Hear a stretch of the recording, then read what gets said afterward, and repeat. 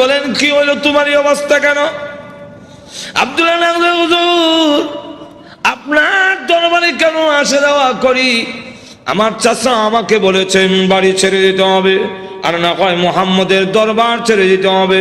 নবী গো, আমি ঘোষণা দিয়েছি প্রয়োজন বুঝে আপনার বাড়ি কেন তাম পৃথিবী ছেড়ে দিতে পারি, কিন্তু একটি মুহূর্তের জন্য বিশ্ব নবীর দরবার আমি ছাড়তে পারবো না। বিজ্ঞানের কিতাব এই কোরআন কি বিজ্ঞানের কিতাব না? আল্লাহ কোরআনে বলছেন, বলো ওয়াল কোরআনিল হাকীম।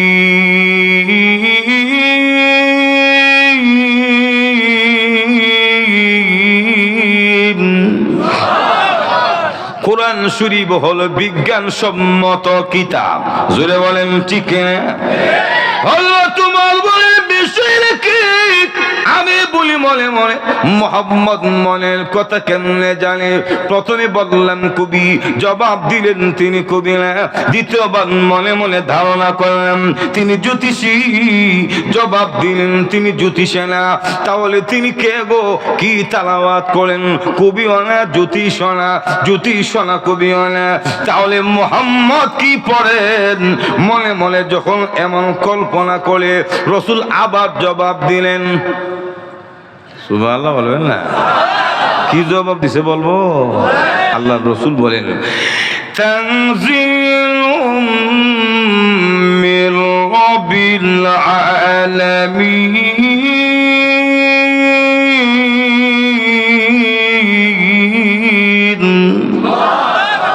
আল্লাহ নবী বলেন, উমর রে, আমি যা তালাওয়াত করি কবির কবিতা না, জ্যোতিষী বিদ্যা না।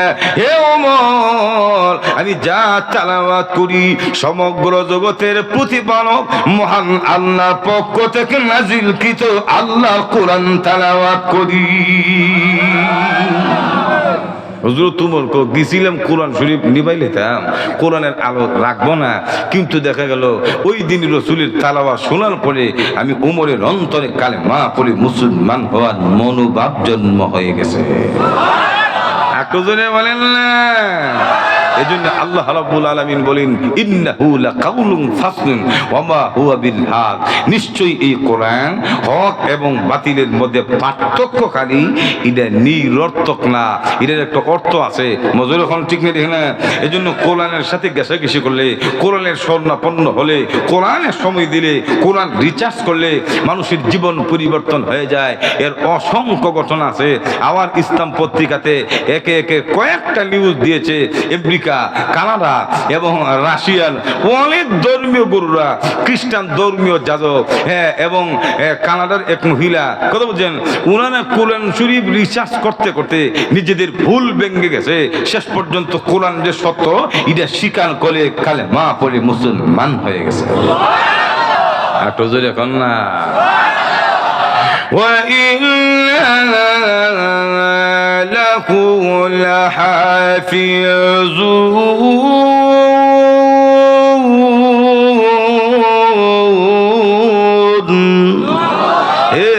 মানুষেরা, আমি আল্লাহ কোরআন নাযিল করেছি, কোরআন শরীফ হেফাজতের দায়িত্ব আমি আল্লাহ নিজে গ্রহণ করেছি। তাহলে চলে এসো, আল্লাহ পৃথিবীতে কোরআন হেফাজতের দায়িত্ব নিয়ে আমাদের কাছে যে কোরআন আল্লাহ আমানত দিলেন, আমাদের ধর্ম কিতাব বানায়া দিলেন, আমাদের জীবন সংবিধান বানায়া দিলেন, আমরা মুসলমান হিসাবে এই কোরআনের উপরে কোনো ভূমিকা বা হক আছে না? নাই? আরো জোরে এখন না? কি হক আছে? কেমনে হক আদায় করবেন? কেমনে দায়িত্ব আদায় করবেন? সানচেরির ভিতরে কোরআন রাখিয়ে দিলে হক আদায় হবে? সুকেসের ভিতরে সফটওয়্যার বানায় মোবাইলের ভিতরে? তাহলে কেমনে আদায় করবে? কিভাবে দায়িত্ব আদায় করবেন? আল্লামা তাকি উসমানী গোটা পৃথিবীতে সর্বশ্রেষ্ঠ আলিম যাকে বলা হয়, মুজাদ্দিদে জামান, ফকিহুল উম্মাহ, জাস্টিস আল্লামা মুফতি তাকি উসমানী অত্যন্ত সংক্ষিপ্ত পরিসরে ইসলাহুল খুতবাতে উম্মতের মানুষের হক বা দায়িত্ব আদায় কিভাবে করবে এর একটা ম্যাপ, একটা চিত্রাঙ্কন তিনি করেছেন সহজ পদ্ধতিতে। তিনি বলেন কোরআনের হক প্রতিটা মুসলমানকে আদায় করতে হবে। যদি এখন ঠিক না দেখে না কেমন আদায় করবেন? তিনি বলেন তিনটা পদ্ধতিতে। জোরে বলেন কয়টা? এর মধ্যে তিনটার মধ্যে প্রথম নম্বর কি? প্রথম নম্বর হলো প্রত্যেকটা মুসলমানকে সহি শুদ্ধভাবে কোরআন শরীফ তেলাওয়াত শিখতে হবে। এখন একটু ঠিক জুড়ে করে কইেন, আপনারা যারা এখানে আছেন সবাইকে কোরআন শরীফ শুদ্ধ করে পড়তে পারেন? এখন ঠিক আসতে বলেন কেন? জোরে বলেন ঠিক পারেন না। তাহলে কি জবাব দিবেন? মরতেন না? আর জোরে বলেন না, শিখলেন না যে? আল্লাহ যদি জিজ্ঞাসা কোরআন শিখছিলেন, আল্লাহ কাপড় বানানো শিখছিলাম। মজুর যখন ঠিক না, শিল্প কারখানা শিল্প নগরীতে জন্ম নিয়েছি, তাহলে থান কাপড় কেমনে অর্ডার রাখে, কেমনে অর্ডার দেয়, এগুলি জানছিলাম। মজুরে বলেন ঠিক না? তাহলে কিয়ামতের কোটে মায়েদেরকে জবাব দিবেন। আল্লাহ যদি জিজ্ঞেস করে মাদবদিন মুসলমানেরা রে কোরআন শিখছিলে কি? যদি বলেন না, না কইতে দেরি হবে, গদা গুদি শুরু হইতে দেরি হবে না। এখন ঠিক না? তাই আসুন, প্রথম নাম্বার দায়িত্ব প্রত্যেকটা মুসলমানকে কোরআন শিখতে হবে। জোরে বলেন ঠিক না? কেন? কোরআন যদি শুদ্ধ করেন না শিখেন, আল্লাহর রাসূল বলেছেন রুব্বা তালিল কোরআন ওয়াল কুরআনু ইয়ালআনু, এমন অনেক কোরআন তেলাওয়াতকারী আছে, কোরআন শরীফ তেলাওয়াত করলো কোরআন উল্টা বদদুয়া মারে। কেন? কোরআন শরীফ পড়লে তো সওয়াব হবে, বদদুয়া কেন? কেন বদদুয়া হবে? এটার সহজ একটা জবাব আছে, দিবনি। আরো জোরে বলেন। এখানে যারা বসে আছেন সবাই তো মুসলমান, না কোনো অমুসলমান আছে? জোরে বলেন আসেনি?